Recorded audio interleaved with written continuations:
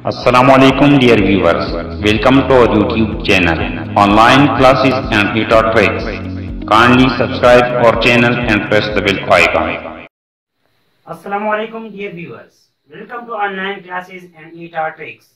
Today we are going to discuss about product of vectors. Dear students, product of vectors से पहले हमने पढ़ा था vectors, vector representation and vector addition and subtraction. आज हम पढ़ने जा रहे हैं प्रोडक्ट ऑफ वेक्टर्स, जो हमारे पास दो किस्म के हैं। प्रोडक्ट ऑफ वेक्टर्स के हमारे पास दो अक़साम हैं, एक है स्केलर प्रोडक्ट और दूसरा है हमारे पास वेक्टर प्रोडक्ट।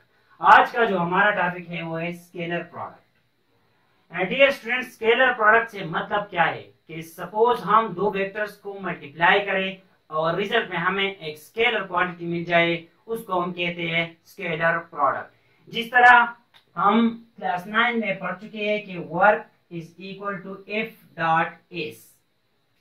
यहाँ पे जो एफ है ये फोर्स है, ये वेक्टर क्वांटिटी है, एस जो है ये डिस्प्लेसमेंट है, ये वेक्टर क्वांटिटी है, जबकि यहाँ पे जो वर्क है ये स्केलर क्वांटिटी है।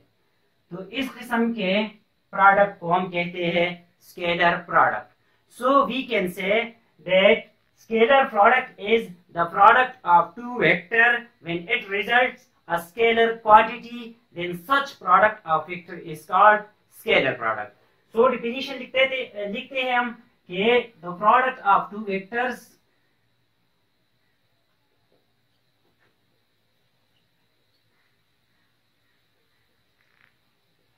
to give a scalar quantity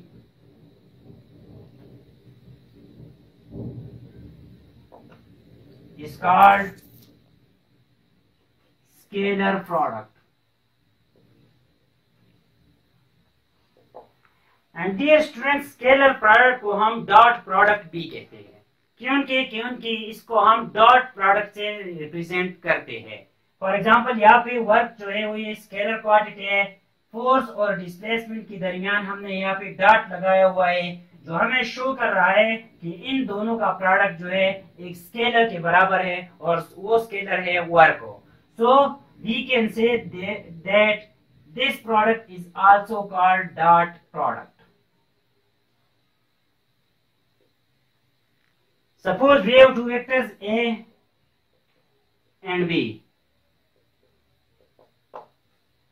and its dot product or scalar product gives a result which is C. Then there will be no arrowhead on this C because it is a scalar quantity. जबकि A और B जो है ये हमारे पास vector quantities है। तो C को हम इस तरह लिख सकते हैं कि C is equal to A vector dot B vector. इसका मतलब क्या है कि A वेक्टर और B वेक्टर मल्टीप्लाई हो गए हैं और हमें एक स्केलर क्वांटिटी दी है जो हमारे पास है C। डियर स्टूडेंट्स, डॉट को हटाने के लिए हम लगाते हैं cos थीटा। इसको हटाने के लिए हम क्या लगाते हैं? cos theta. So we can say that C is equal to AB cos of theta, और we can say A dot B is equal to AB cos of theta. Dear student, suppose यहाँ पे हमारे पास A vector ये है, B vector ये है। अब यहाँ पे B वेक्टर के हमारे पास दो कंपोनेंट्स है, एक है BY जो B sin थीटा के बराबर होता है, एक यहाँ पे है BX जो B cos थीटा के बराबर होता है, और ये खुद A वेक्टर है। डियर स्टूडेंट्स, यहाँ पे अगर आप देखें तो B cos थीटा जो है ये B का प्रोजेक्शन है ऑन A, B का प्रोजेक्शन है ऑन A, B का साया है A पर। तो हम कह सकते हैं कि projection of B on A is equal to A vector dot B vector divided by A is equal to B cos of theta। ये B cos theta हमारे पास क्या है? ये projection of B on A। इसका मतलब क्या है projection of B on vector A, projection of vector be on vector A. अगर एग्जाम में क्वेश्चन आ जाए कि find the projection of B on vector A, तो आपने बी का थीटा कैलकुलेट करना है। अब डियर स्टूडेंट्स, सपोज यहाँ पे अगर मैं बी इस साइड पे ले लूं और ए ऊपर ले लूं, तो यहाँ पे ए का थीटा आ जाएगा। तो ए का थीटा जो है वो ए का प्रोजेक्शन आ जाएगा बी पर। तो हम कह सकते हैं कि अगर मैं बी को इस साइड पे शिफ्ट करूं तो हमारे पास आ जाएगा A vector dot B vector divide by B. B को मैंने इस साइड पे शिफ्ट कर दिया, A vector dot B vector divide by B is equal to A cos of theta. A cos of theta जो है ये projection of A on B, projection of A on B, projection of ए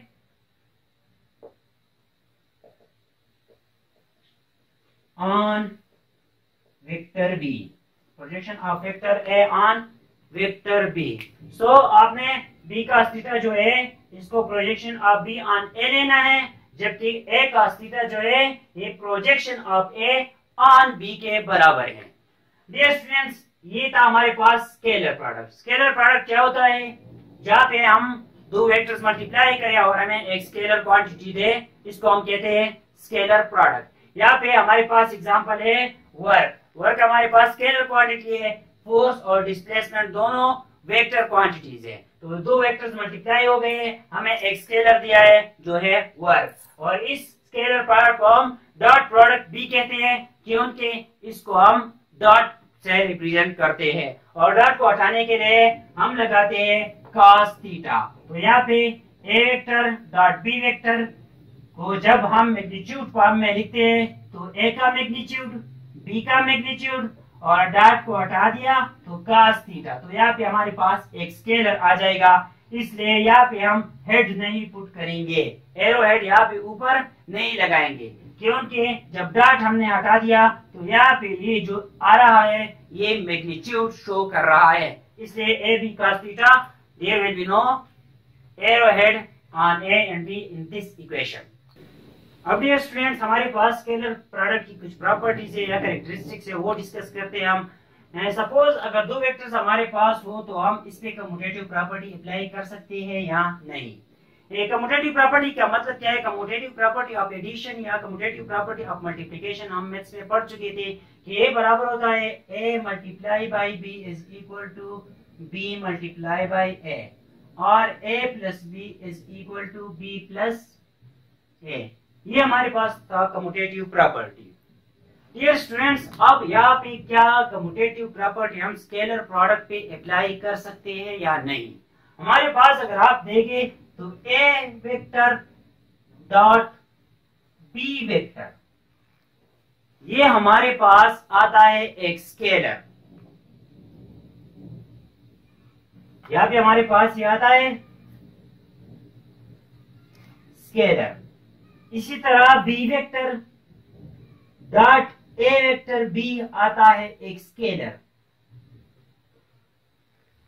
जब scalar आते हैं तो इन दोनों का जो साइन है वो सेम होगा। क्यों? क्योंकि साइन हमें डायरेक्शन शो करता है। अगर साइन डिफरेंट हो तो ये वेक्टर्स होंगे, लेकिन यहाँ पे हमारे पास स्केलर है तो साइन जो है वो सेम आएंगे, इसलिए हम कह सकते हैं कि स्केलर प्रोडक्ट इज कम्यूटेटिव, क्योंकि a multiply by B, b multiply by a या a dot b is equal to b dot a which is a scalar. So we can say a vector dot b vector is equal to b vector dot a vector. ये student, दूसरी जो property है या characteristic है वो हमारे पास ये कि पैरेललिज्म प्रॉपर्टी। पैरेललिज्म का क्या मतलब है कि अगर दो वेक्टर्स आ जाए और दोनों पैरेलल हो तो रिजल्ट हमारे पास क्या आएगा? सपोज मैं दो वेक्टर्स को लेता हूं, एक वेक्टर ए है, एक वेक्टर बी है, दोनों सेम डायरेक्शन में एक्ट कर रहे हैं, तो यहाँ पे हमारे पास जो है रिजल्ट क्या आएगा? ए vector dot b vector is equal to ab cos of theta, ab cos of theta. यहाँ पे दोनों सेम डायरेक्शन में है तो एंगल हमारे पास यहाँ पे इन दोनों के दरमियान जीरो है। So cos of zero AB is equal to AB cos zero is equal to AB और cos जीरो बराबर है 1 का, जो AB के बराबर आ जाएगा। So we can say that A dot B is equal to magnitude of A into magnitude of B if the angle between the vectors is zero। अगर angle zero तो हम इन वेक्टर के मैग्नीट्यूड को direct multiply कर सकते हैं without any doubt. Dear students, तीसरी जो हमारे पास प्रॉपर्टी है वो है एंटी पैरेललिज्म। एंटी पैरेललिज्म का क्या मतलब है कि दोनों जो वेक्टर्स हैं वो अपोजिट सिम्ट में हो, अपोजिट डायरेक्शन में हो। सपोज एक वेक्टर हमारे पास इस तरफ है, दूसरा वेक्टर इस डायरेक्शन में है, ये ए वेक्टर है, ये बी वेक्टर है। दोनों के दरमियान जो डिग्री है वो बराबर है 180 का। तो हमारे पास A vector dot B vector is equal to A B cos of 180 आ जाएगा। जो कॉस ऑफ 180 बराबर है -1 के, तो -1 is equal to minus A B. यहाँ पे हमारे पास आ जाएगा माइनस ए बी। स्केलर आएगा लेकिन नेगेटिव स्केलर आएगा। अब डियर स्टूडेंट्स, फोर्थ जो प्रॉपर्टी है वो है orthogonality. Orthogonality, perpendicularity and normality, ये तीनों हमारे पास सेम चीजें हैं। परपेंडिकुलरिटी मींस कि हमारे पास जो वेक्टर है एक दूसरे के परपेंडिकुलर है। Orthogonality means perpendicular, normality means perpendicular. मतलब क्या है कि ए और बी के दरमियान जो ये बी इस डायरेक्शन में, यहाँ पे जो दोनों के दरमियान एंगल है वो है 90 डिग्री। तो यहाँ पे A vector dot B vector is equal to A B cos of 90। cos of 90 is equal to 0, so we will have 0. So the dot product will be equal to 0 if the vectors are orthogonal or perpendicular to each other. Dear students, यहाँ पे तीसरी जो property है वो distributive property. इसका मतलब क्या है कि सपोज हमारे पास तीन वेक्टर्स है, A vector dot B vector plus C vector. हम पहले एडिशन करें या ए और बी को मल्टीप्लाई करें, ए और सी को मल्टीप्लाई करें और बाद में ऐड करें, हमारे पास आंसर सेम आएगा।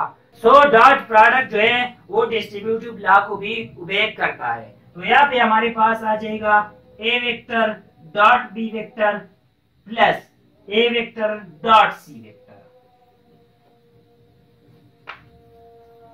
डियर स्टूडेंट्स, जो छठा और सातवां प्रॉपर्टी है ये बहुत ज्यादा इंपॉर्टेंट है और इससे ईटा में एमसीक्यूज आते हैं। तो चलते हैं 6 नंबर प्रॉपर्टी की तरफ की। 6 नंबर प्रॉपर्टी है क्या कहते हैं? Dot product of unit vectors. Unit vector क्या होता है? एक होता है नल वेक्टर, एक होता है यूनिट वेक्टर।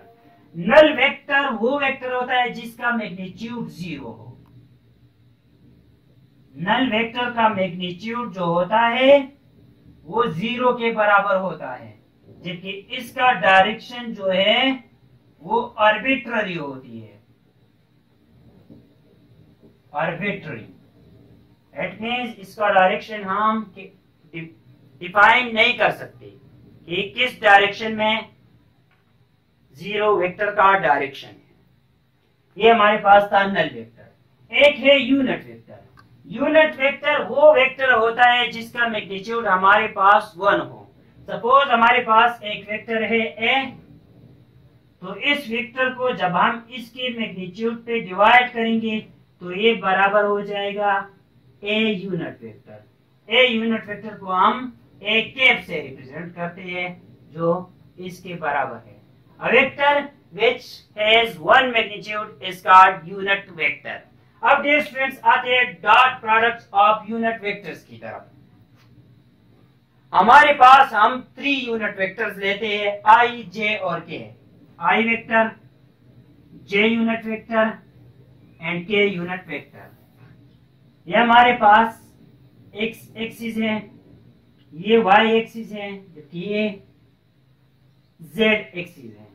यहाँ पे जो यूनिट वेक्टर हम लेते हैं एक्स एक्सिस पे वो है आई यूनिट वेक्टर, वाई पे जो यूनिट वेक्टर लेते हैं वो है जे यूनिट वेक्टर, जेड पे जो यूनिट वेक्टर लेते हैं वो है के यूनिट वेक्टर। अब डियर स्टूडेंट्स, अगर हम आई unit vector multiply by dot I unit vector करें तो इससे क्या आएगा? आई यूनिट वेक्टर मतलब आई का मैग्नीट्यूड जो 1 है मल्टीप्लाई बाय आई का मैग्नीट्यूड जो 1 है, और इन दोनों के दरमियान जो एंगल है वो cos ऑफ, दोनों सेम डायरेक्शन में, दोनों एक्स एक्सिस पे है, तो यहाँ पे cos ऑफ 0 आ जाएगा। cos of 0 is equal to 1, so we will have I dot I is equal to 1, 1 multiply by 1 multiply by 1 is equal to 1। इसी तरह J vector dot J vector, इसका मैग्नीट्यूड 1 है मल्टीप्लाई बाय इसका magnitude 1 है, और cos of theta जो इन दोनों के दरमियान एंगल है वो है 0। यहाँ पे भी हमारे पास आंसर 1 आ जाएगा। इसी तरह K unit vector dot K unit vector is equal to, इसका मैग्नीट्यूड 1 है, इसका मैग्नीट्यूड 1 है, cos of 0 is equal to 1. So I dot I is equal to J dot J is equal to K dot K is equal to 1। इसको आपने याद रखना है। अब डियर स्टूडेंट्स, अगर मैं I और J को मल्टीप्लाई करूं तो दोनों के दरमियान एंगल क्या है? 90 डिग्री है, और ऑर्थोगोनैलिटी प्रॉपर्टी यहाँ पे आ जाती है। जब ऑर्थोगोनैलिटी प्रॉपर्टी आ जाती है तो रिजल्ट होगा 0। I डॉट J, इसका मैग्नीट्यूड 1 है मल्टीप्लाई बाय इसका भी मैग्नीट्यूड 1 है multiply by cos of theta जो इन दोनों के दरमियान एंगल है वो है 90। cos ऑफ 90 0 के बराबर है, तो हमारे पास आ जाएगा 0। इसी तरह J dot K will be equal to 0, K dot I will be equal to 0, I dot K will be equal to 0 and so on. अगर हम डॉट प्रोडक्ट करते हैं सेम यूनिट वेक्टर्स की तो हमारे पास 1 आएगा। अगर वेक्टर्स जो है यूनिट वेक्टर जो है वो डिफरेंट है तो इनका डॉट प्रोडक्ट जो है वो 0 आएगा। सातवां जो हमारे पास प्रॉपर्टी है वो है dot product in components form. Components form हमारे पास क्या होता है? डियर स्टूडेंट, सपोज यहाँ पे हमारे पास एक पॉइंट है 3 डायमेंशनल में, तो ये एक्स एक्सिस पे कोई डिस्टेंस कवर कर रहा होगा, वाई एक्सिस पे ये होगा, और इसी तरह जेड एक्सिस पे भी कोई एंगल होगा या कोई डिस्टेंस होगा, कोई डिस्टेंस होगा जो ये पॉइंट शो कर रहा होगा। तो इसलिए यहाँ पे हमें ए वेक्टर जो शो किया है कंपोनेंट्स फॉर्म में शो किया हुआ है कि एक्स पे इतना है, वाई पे इतना है, जेड पे इतना है। मैं आपको 2 डायमेंशनल पहले समझाता हूँ, बाद में 3 डायमेंशनल पे आते हैं। ये है एक्स एक्सिस, ये है वाई एक्सिस। यहाँ पे एक पॉइंट है तो यहाँ पे एक्स पे ही कितना आगे किया हुआ है, वाई पे ही कितना आगे किया हुआ है। सपोज ये 3 तक आया है, ये 4 तक आया है, तो इसका जो कंपोनेंट फॉर्म हो जाएगा वो होगा 3,4। एक्स पे कितना है, वाई पे कितना है, ये इसका कंपोनेंट फॉर्म हो गया। इसी तरह ये 3 डायमेंशनल है, ए वेक्टर है तो एक्स पे एक कंपोनेंट होगा, वाई पे कंपोनेंट होगा और जेड पे कंपोनेंट होगा। इस तरह भी हमारे पास एक वेक्टर है बी एक्स, बी वाई और बी जेड। एक्स पे कंपोनेंट इसका होगा, वाई पे इसका कंपोनेंट होगा और जेड पे इसका कंपोनेंट होगा। अब डियर स्टूडेंट्स, इसको हम इस तरह भी लिख सकते हैं ए एक्स यूनिट वेक्टर आई, क्योंकि ये एक्स एक्सिस पे है और एक्स एक्सिस पे यूनिट वेक्टर जो होता है वो आई होता है, plus A Y unit vector J plus A Z unit vector के। हम इसको इस तरह बी लिख सकते हैं। इसी तरह B X unit vector I plus B Y unit vector J plus B Z